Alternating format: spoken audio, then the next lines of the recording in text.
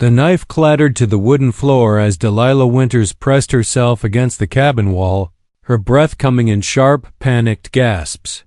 The Apache warrior stood frozen in her doorway, his hand still extended where he'd tried to steady her after she'd stumbled backward in terror.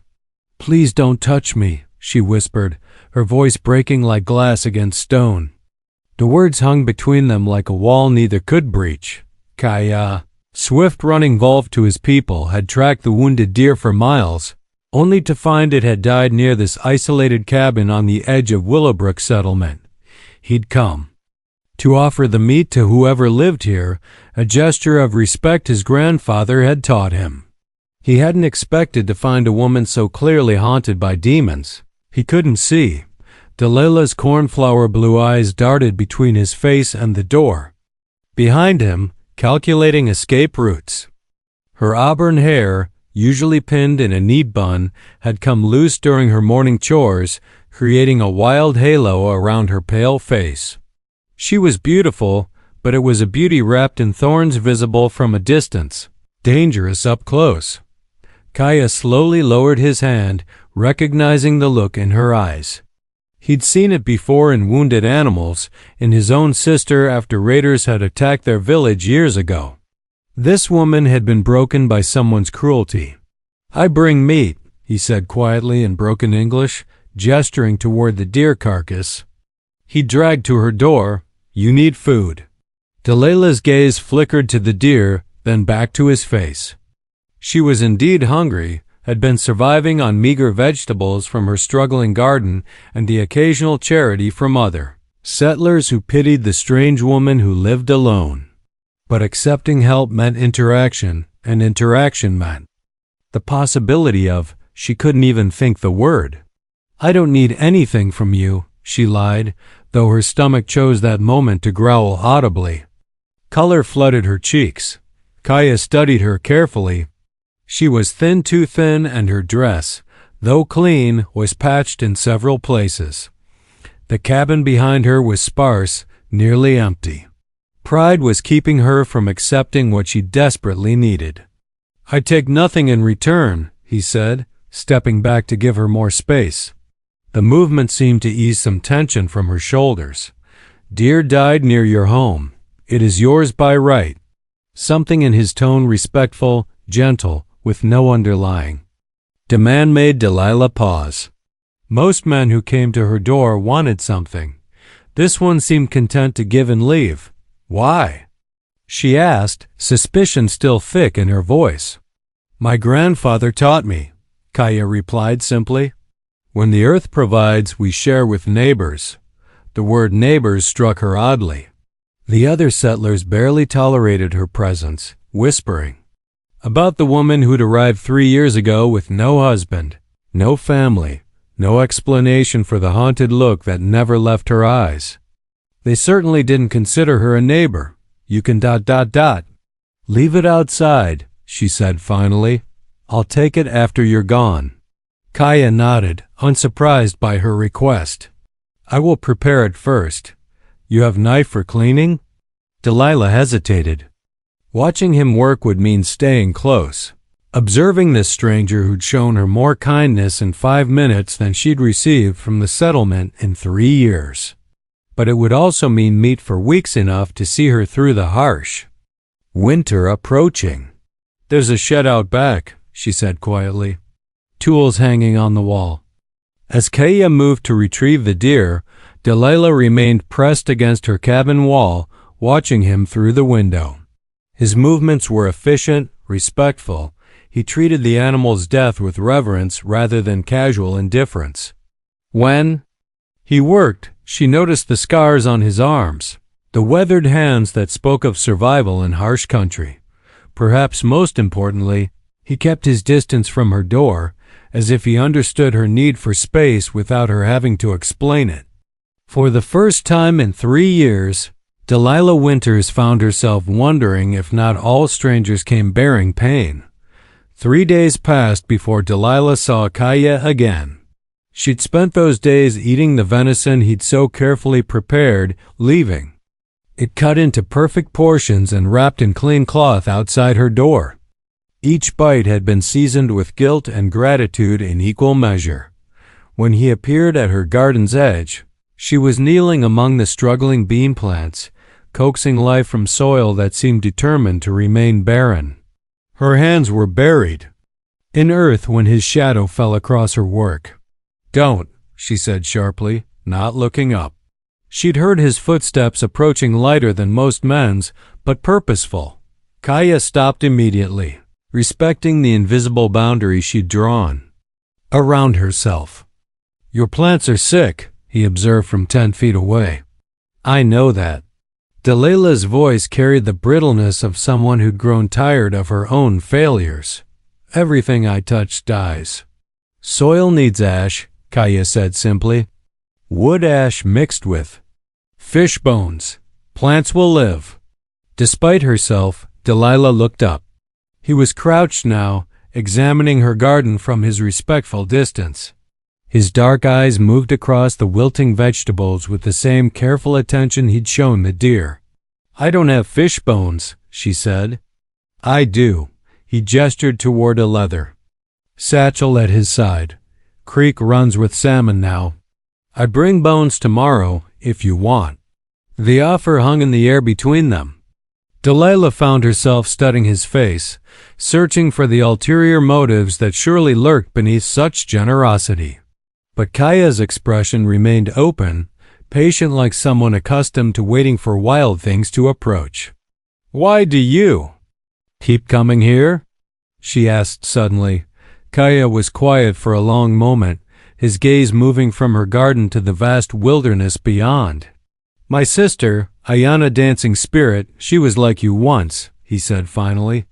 "After bad men came to our village, she would not let anyone near. Took 2 winters before she could accept touch without fear." Delilah's hands stilled in the soil. "What happened to her?" "She healed, slowly, like winter ice melting into spring. She has husband now, 2 children." Kaya's eyes returned to hers. "Sometimes what is broken can be made whole again."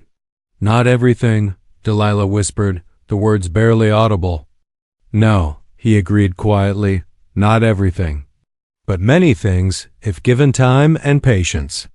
That evening, Delilah found herself standing at her window long after Kaya had disappeared into the forest. The venison he'd provided sat heavy in her stomach, the first full meal she'd eaten in weeks, and for once, her cabin didn't feel quite so much like a prison. The next morning brought Kaya as promised, carrying a cloth bundle that smelled of river water and wood smoke. He stopped at their established distance and began mixing ash with ground fish bones, creating a dark, rich powder. "Show me how," Delilah said before she could stop herself. Kaya's hands paused in their work. "You will need to come closer." The simple statement created a chasm of silence between them. Delilah felt her pulse quicken, that familiar panic rising in her chest. But her garden was dying, and winter was coming, and she was so tired of watching everything around her wither. From neglect, she took 1 step forward, then another. Kaya remained perfectly still, letting her set the pace of approach. When she was still 3 feet away, close enough to see his hands, but far enough to run, she stopped. "Mix like this," he demonstrated, his movements slow and deliberate. "Not too much ash. Plants need balance, like people." Delilah watched his hands work the mixture, noting how gentle they were despite their obvious strength. These were hands that knew how to heal as well as harm, a concept she'd forgotten existed. "My husband used to say I killed everything I touched," she said suddenly, the words escaping before she could cage them. Kaya's hands stilled. "Where is your husband now?" "Dead." The word carried no grief, only relief so profound it frightened her. "Consumption took him last spring." "He was wrong," Kaya said quietly, returning to his mixing. "Plants die from poor soil, not gentle hands." Something in his tone, the certainty of it, made Delilah's throat tighten with unexpected emotion. When had anyone ever called her hands gentle? "I don't know if I can trust that," she whispered. Kaya looked up then, meeting her eyes directly. "Trust grows like plants," he said. "One small seed at a time." As he spread the mixture around her struggling beans, Delilah found herself noticing details. The way he worked with reverence for growing things, the careful distance he maintained from her space, the absence of any demand in his presence. 4. The first time in years, she felt something other than fear in a man's company. It felt dangerously like hope. 2 weeks later, Delilah's garden had transformed into something she barely recognized. Green shoots pushed through dark soil with determined vigor, and her bean plants stood tall enough to require stakes. She was tying vines to supports when Kaya emerged from the tree line, carrying what appeared to be a young sapling. "Apple tree," he announced, stopping at his usual respectful distance. Old settler abandoned his claim near the north ridge. "Tree is still good, just needs new home." Delilah straightened, wiping soil from her hands. Over the past weeks, Kaya had brought her fish for the garden, shown her which wild herbs could supplement her meager stores, and even repaired loose boards on her cabin roof, all while maintaining the careful distance that let her breathe freely in his presence. "I don't know how to plant a tree," she admitted. "I will show you if you want to learn." The offer was made without pressure, as all his offers were. Delilah found herself studying the sapling, imagining the apples it might bear in years to come. When had she last dared think about years in the future? "It would need a permanent spot," she said slowly. "Yes, trees need commitment to grow strong." Something in his phrasing made her look at him sharply, but Kaya's expression remained focused on the sapling, giving no indication he'd meant anything beyond horticulture. "There," she said finally, pointing to a spot near her cabin south wall. "It would get morning sun there." Kaya nodded approval and began digging. Delilah watched from her porch steps, noting how he worked with the same reverent care he brought to everything. She'd grown accustomed to his presence over these weeks, looked forward to it, if she was honest with herself. "Kaya," she said suddenly. The sound of his name on her lips surprised them both. "Why don't you live in the settlement?" "With the other ... with people?" He paused in his digging. "My people are Apache. White settlement does not welcome Apache, even peaceful ones, but you help them. You brought meat to the Hendersons when their cow died, fixed the wheel on Mrs. Patterson's cart. Kindness should not depend on welcome," he said simply, then resumed digging. Delilah considered this. She'd watched from her window as other settlers accepted Kaya's help with wary gratitude, taking his assistance while maintaining their suspicion. The hypocrisy stirred something angry in her chest. "They're fools," she said with unexpected heat. "All of them." Kaya looked up, surprised by her vehemence. "You are angry for me?" "I'm angry at the injustice of it." The words tumbled out before she could stop them.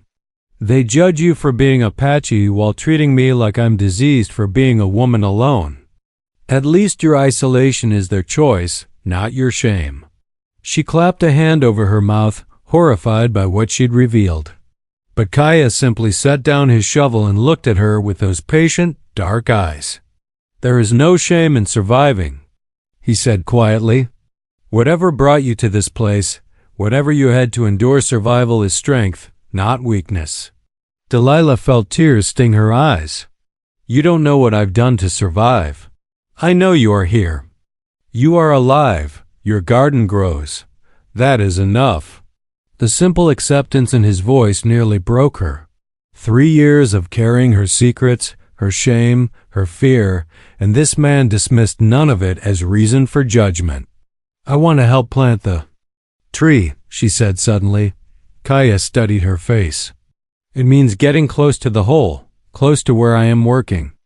Delilah's heart hammered against her ribs, but she nodded. "I know." She approached slowly, as had become their pattern. But this time, when she reached the edge of the hole, she didn't stop. She knelt on the opposite side from Kaya, close enough that she could smell the earth on his hands, the wood smoke that clung to his clothes. "Hold the tree straight while I cover the roots," he instructed softly. Delilah grasped the thin trunk, her hands trembling slightly.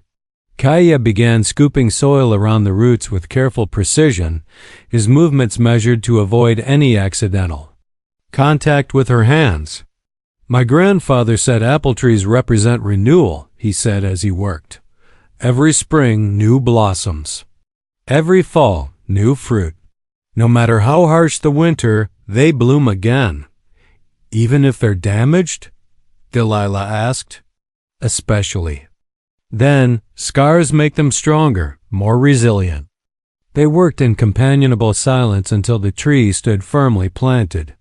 As Delilah released the trunk, her hand accidentally brushed against Kaya's wrist. She jerked back instinctively, her breath catching, but no panic followed.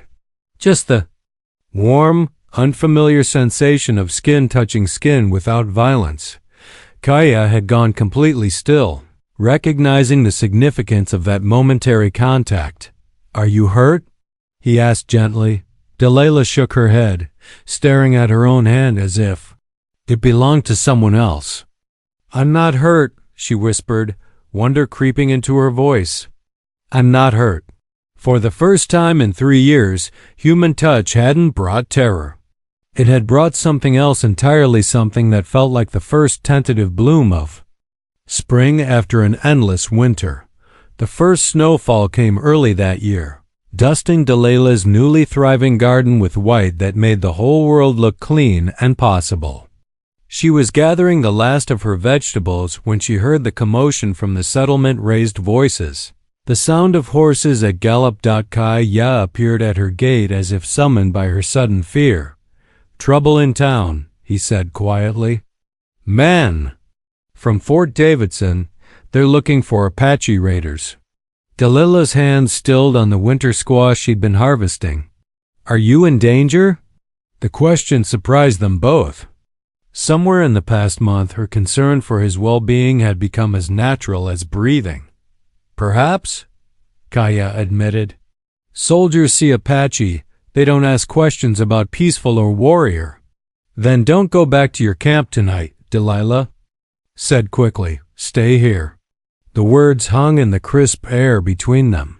Kaya's dark eyes searched her face, looking for signs of the panic that suggestion should have brought. Instead, he found only genuine worry for his safety. "You would let me stay? On your land?" "You've been taking care of my land for weeks," Delilah replied, then paused, recognizing a deeper truth. "You've been taking care of me." Kaya moved closer to her garden gate, the nearest he'd ever come to her cabin uninvited.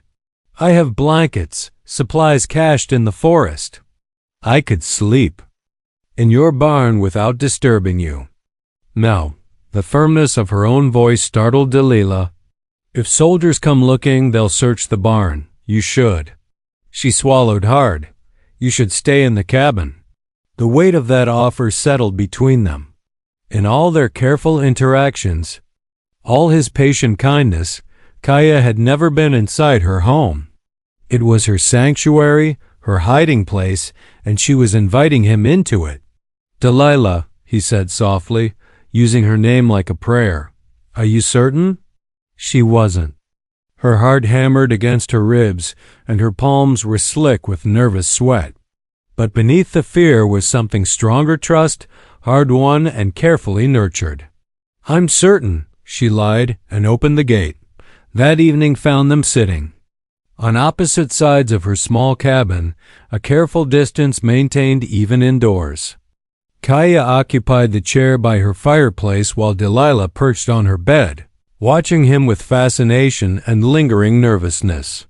"Tell me about your family," she said suddenly, needing to fill the silence with something other than her own anxiety. Kaya's expression softened. "My mother, Ciala Summer Rain, she died when I was 12 summers. Fever took many that winter. My father, Nalnish, he works hard, he leads our band. Wise man, patient with his children. And Ayana? Your sister? She is strong now. Stronger than before her troubles, maybe. She makes beautiful pottery, tells stories that make children laugh. Kaya's eyes found Delilah's across the room. She would like you, I think. The suggestion that she might someday meet Kaya's family, be welcomed among his people, sent an unexpected flutter through Delilah's chest. What makes you think that? You both understand what it means to rebuild yourself from broken pieces. The observation was too accurate, too gentle. Delilah felt tears threaten and looked away. I'm not rebuilt. I'm still damaged. Growing. Kaya corrected quietly, like your apple tree. New growth doesn't erase old scars, but it makes them part of something beautiful. A sound outside hoofbeats approaching fast cut through their conversation. Delilah's face went white as voices. Called out in the darkness. Apache tracks led this way. Search every building. Kaya was already moving, sliding toward the window to assess the threat. 3 soldiers on horseback, torches casting dancing shadows across the snow. Under the bed, Delilah whispered urgently. They won't look there if they think I'm alone. Delilah, please. Her eyes were wide with fear, but not of him. For him, please hide. Kaya looked at this woman who'd overcome her terror of men to protect him, and felt something shift permanently in his chest. Without another word, he slipped beneath her bed just as heavy fists pounded on her door. Open up, army business. Delilah wrapped a shawl around her shoulders and approached the door on unsteady legs. When she opened it, cold air and harsh torch. Light flooded her cabin. We're tracking Apache raiders, ma'am. You seen any Indians around here? The lead soldier was young, nervous, his hand resting on his pistol.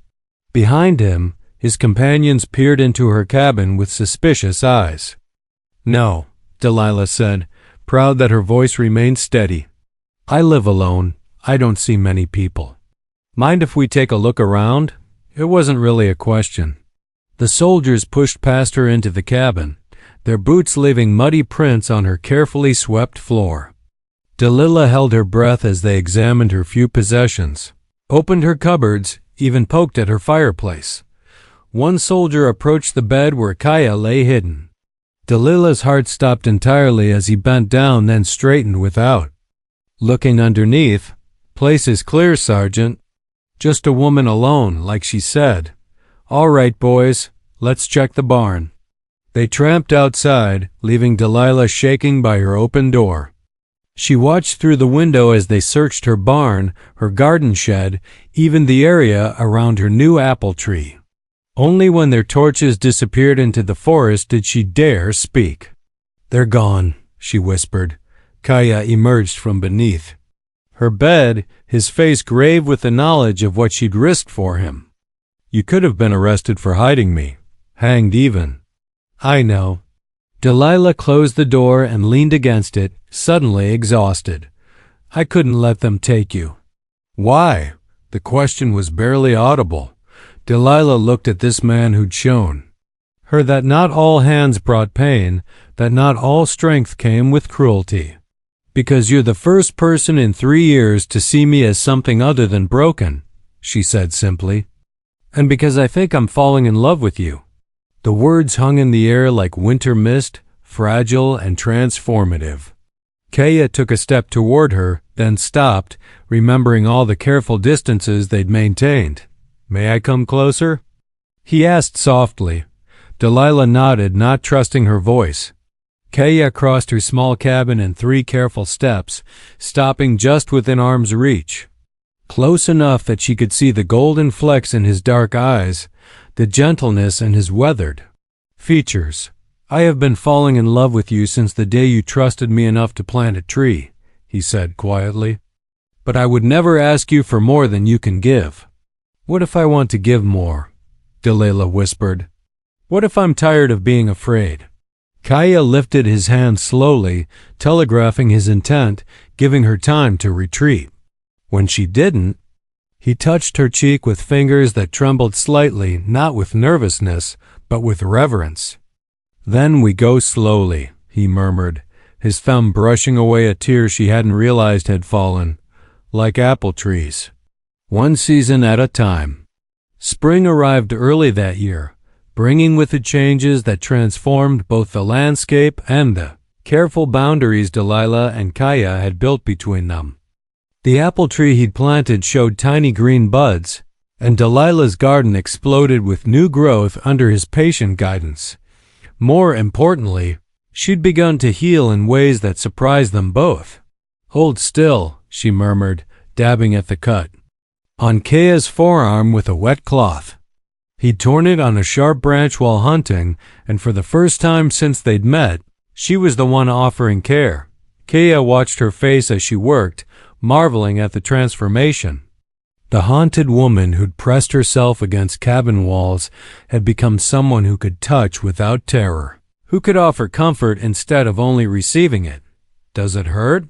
she asked, glancing up to find him staring at her with an intensity that made her cheeks warm. "No," he said softly. "Nothing hurts when you touch me." The words hung between them, heavy with meaning. Over the winter months, their careful distances had gradually shortened. Accidental brushes of hands had become deliberate touches.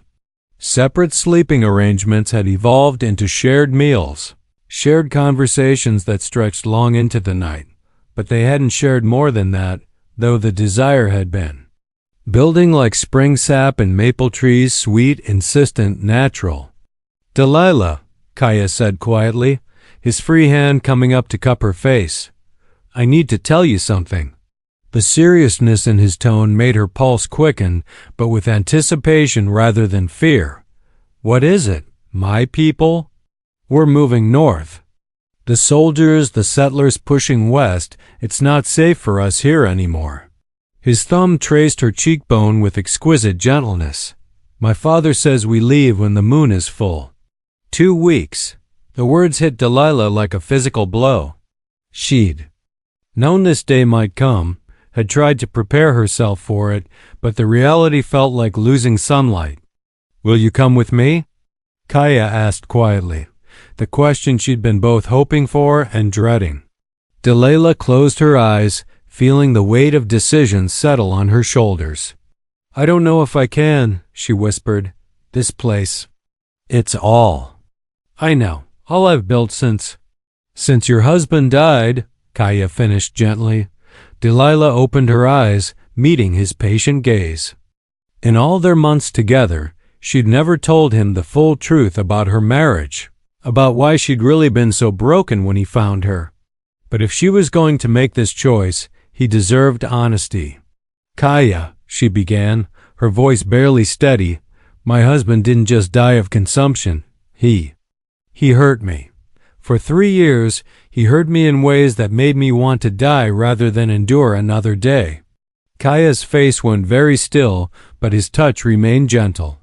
"Tell me," he said simply. The story came out in pieces, halting, painful, but finally complete. How Jeremiah Winters had courted her sweetly, then revealed his true nature after their wedding. How he'd used his fists and worse to keep her compliant, isolated, broken.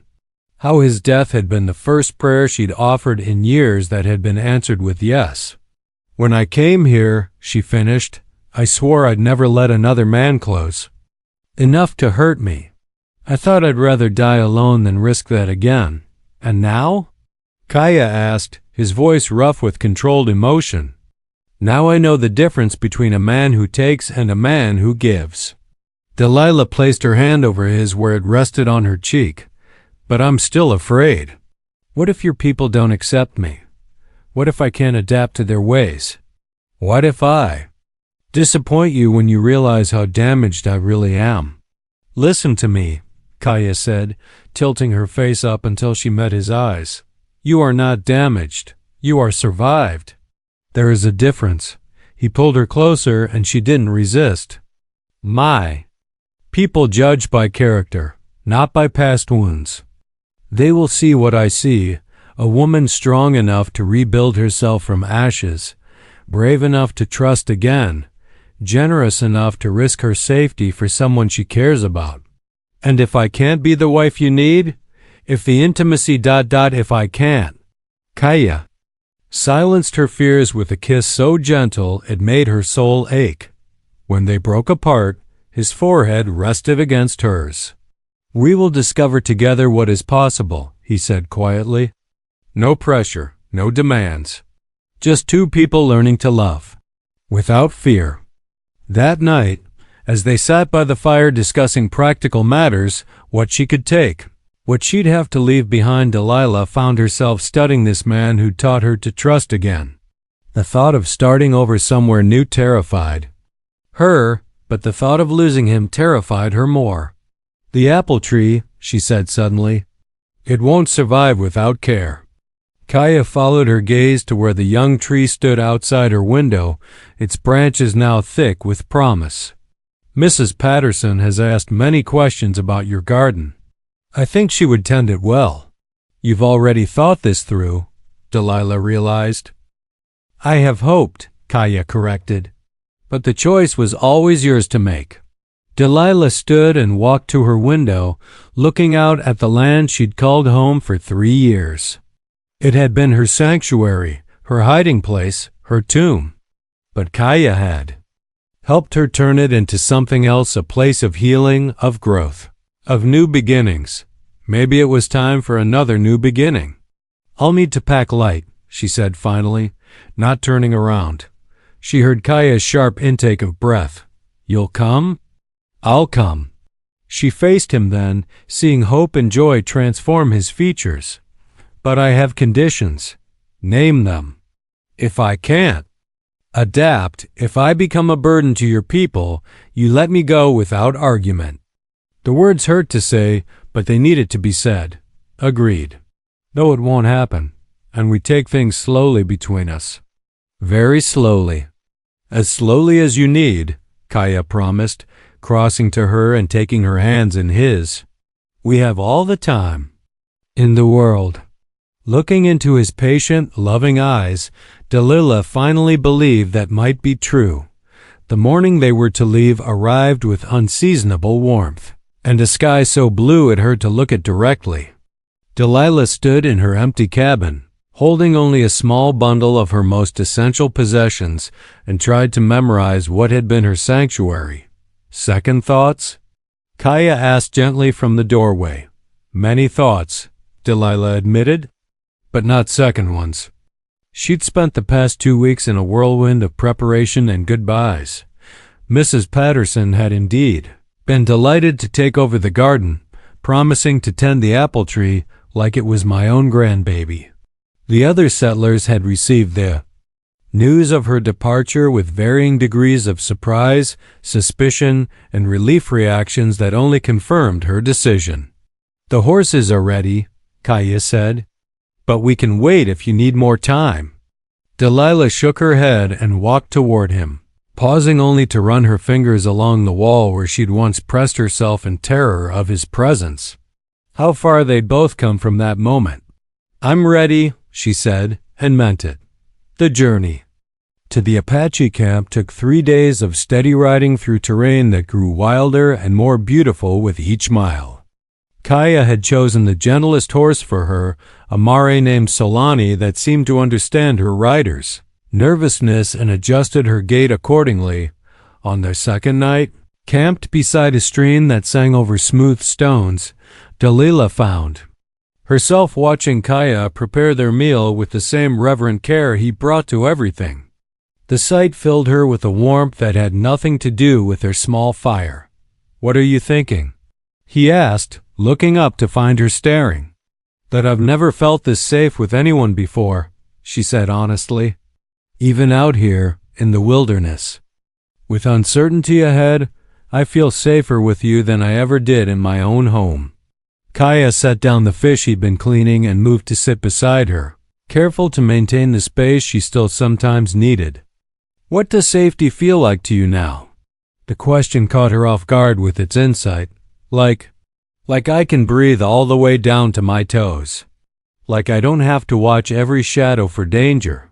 Like tomorrow might actually be better than Nasaran today. And what does love feel like? He asked softly. Delilah considered this, watching firelight dance across his beloved features. Like coming home to someone who sees all your broken pieces and calls them beautiful.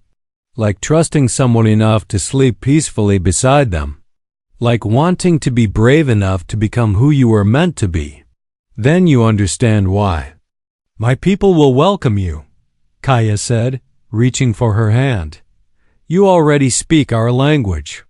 That night, for the first time since they'd known each other, Delilah asked if she could sleep closer to him.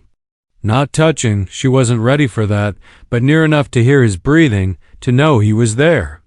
Are you certain? Kaya asked, his voice carefully neutral. I want to try, she said quietly. I think I want to try a lot of things with you. They arranged their blankets with a few feet of space between them, close enough for comfort but far enough for safety. As Delilah settled down, she found herself studying Kaya's profile in the firelight. Can I ask you something? She said softly. Always. Were you ever married before? Before me, I mean, if I am, to be. Kaya turned to face her, his expression gentle. There was a woman. Desba, she goes to war.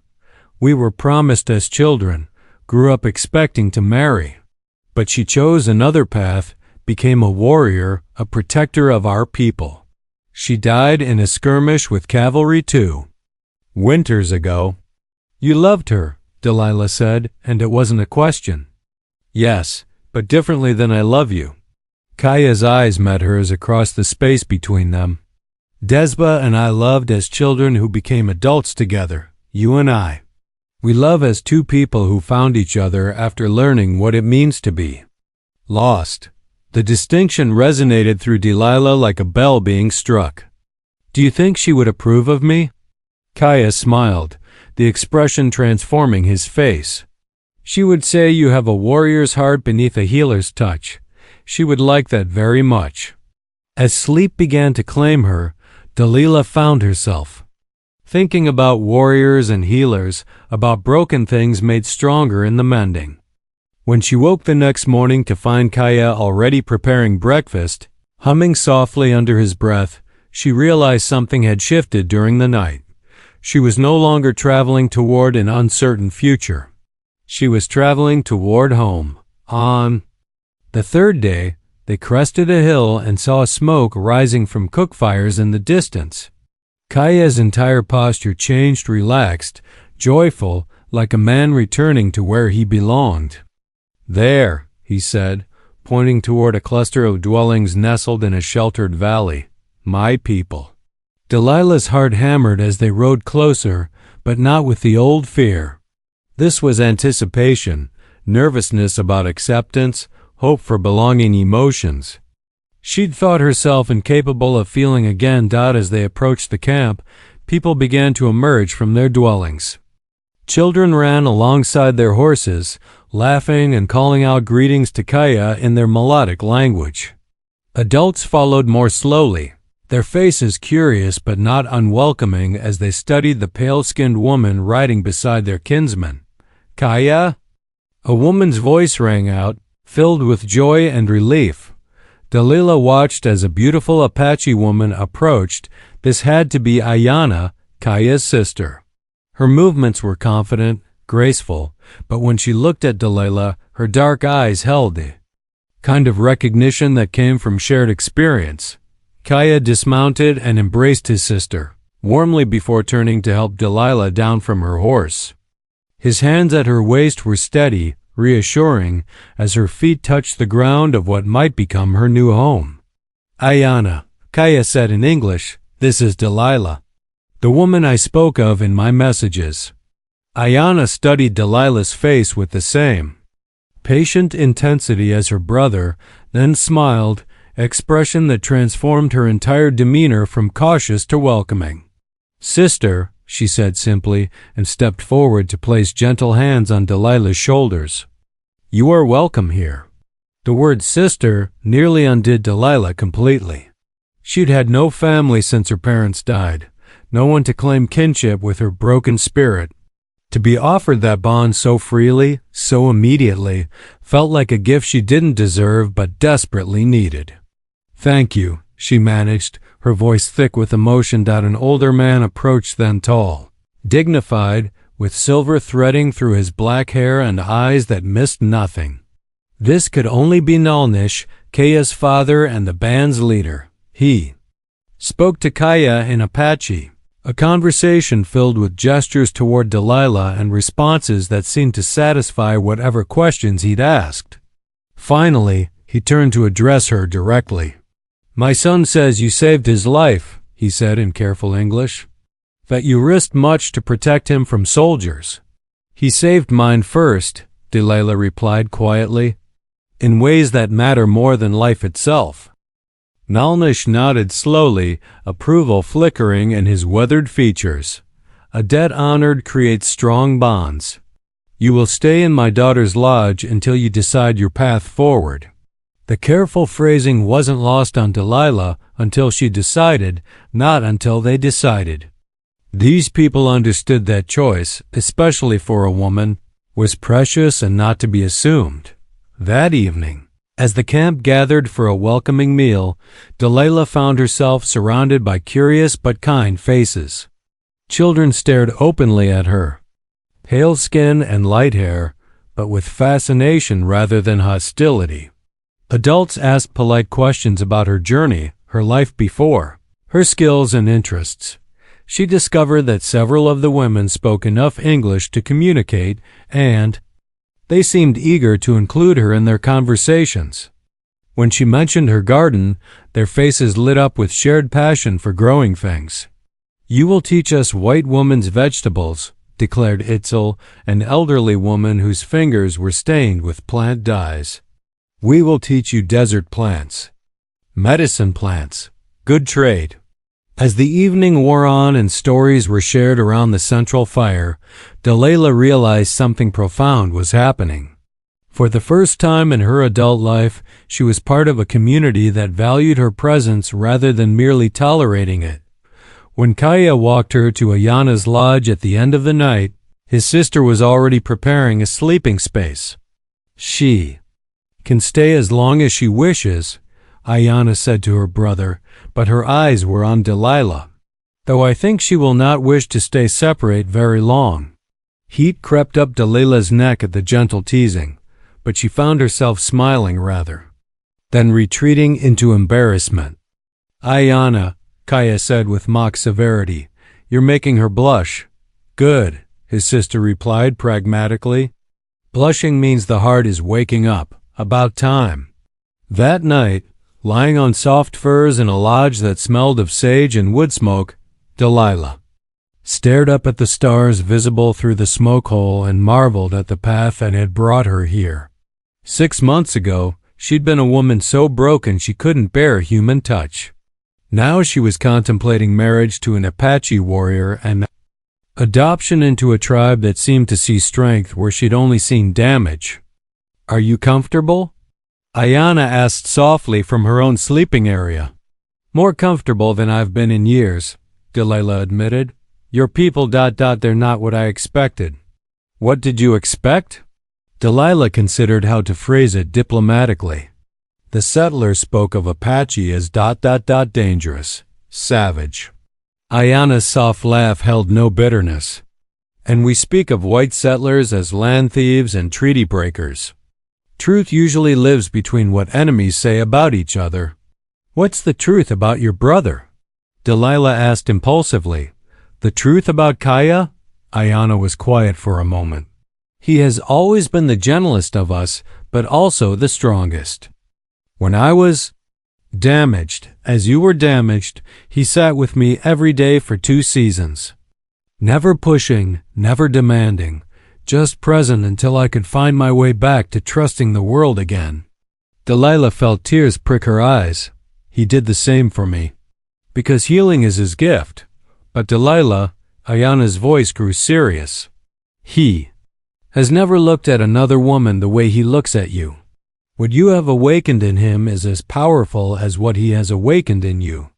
The words settled into Delilah's heart like seeds in fertile soil. As sleep claimed her, she found herself thinking not about the fear that had governed her life for so long, but about the love that was slowly, surely, replacing it. 3 months later, Delilah stood at the edge of the camp as dawn painted the desert sky in shades of coral and gold. In her hands, she held a piece of pottery she'd made under Itzel's patient guidance, her first successful creation, decorated with the intertwining vine pattern that had become her signature. "Beautiful work," Kaya's voice said softly behind her. She turned to find him approaching with 2 steaming cups of the herbal tea she'd learned to prepare from desert plants. Their morning ritual had evolved naturally over the week's time together before the camp fully woke, sharing quiet conversation and the peaceful intimacy of routine. "Itzel says I'm finally ready to make my own wedding pottery," Delilah said, accepting the warm cup gratefully. Kaya went very still. "Are you ready to make wedding pottery?" The question hung between them like morning mist. Over the past months, their relationship had deepened in ways that still amazed Delilah. Gentle touches had become welcome embraces. Careful kisses had become passionate explorations of rediscovered desire. She'd learned to sleep peacefully in his arms, to wake without fear, to trust her body's responses to his loving attention. But they hadn't spoken directly of marriage, though it hummed beneath. Every interaction like an unsung song. "I think I might be," Delilah said carefully, watching his face, "if the man I'm considering would have me." Kaya set down his cup and took her hands, pottery and all, in his gentle grasp. "Delilah Winters," he said formally, "would you consent? To become my wife? To join your life with mine, your people with mine, your future with mine?" "Yes," she said without hesitation, then laughed at how simple the word sounded after all her months of uncertainty. "Yes, I absolutely will." Kaya's whoop of joy echoed across the camp, bringing sleepy faces to lodge openings. But Delilah only had eyes for him as he spun her around, pottery forgotten, morning tea abandoned in favor of kisses that tasted like promise and forever. When they finally broke apart, breathless and laughing, they found the entire camp watching them with broad smiles. "About time," Ayanna called out. To general laughter and agreement, the next weeks passed in a blur of preparation. Delilah learned that Apache weddings were community celebrations, elaborate affairs that could take days to complete properly. She was measured. For traditional dress, taught ceremonial songs, instructed in the rituals that would bind her not just to Kaya but to his entire people. "Nervous?" Ayanna asked the morning of the ceremony as she helped Delilah into the beautiful dress the women had created for her. Soft deerskin decorated with intricate beadwork that told the story of healing and new growth. "Terrified," Delilah admitted, but the good kind of terrified. The kind that means something important is happening. "And Kaya? Are you ready for all that marriage to him will bring?" Delilah met her soon-to-be sister's eyes in the polished metal that served as served. "A mirror. I spent 3 years of my life married to a man who used my fear against me. Now I'm about to marry a man who helped me overcome that fear. I think I'm ready for anything." The ceremony itself was unlike anything Delilah could have imagined. She and Kaya stood before the assembled tribe as Nalnish spoke words in Apache that bound them to each other and to the community.